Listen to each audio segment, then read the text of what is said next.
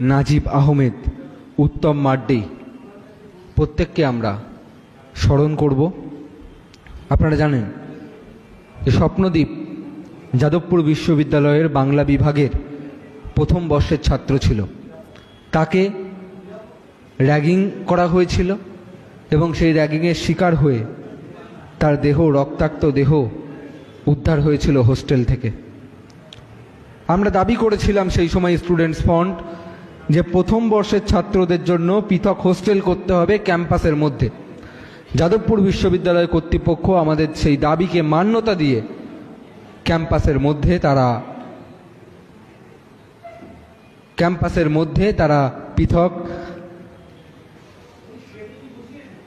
Hostel প্রথম বর্ষের ছাত্রদের জন্য করতে বাধ্য হয়েছে।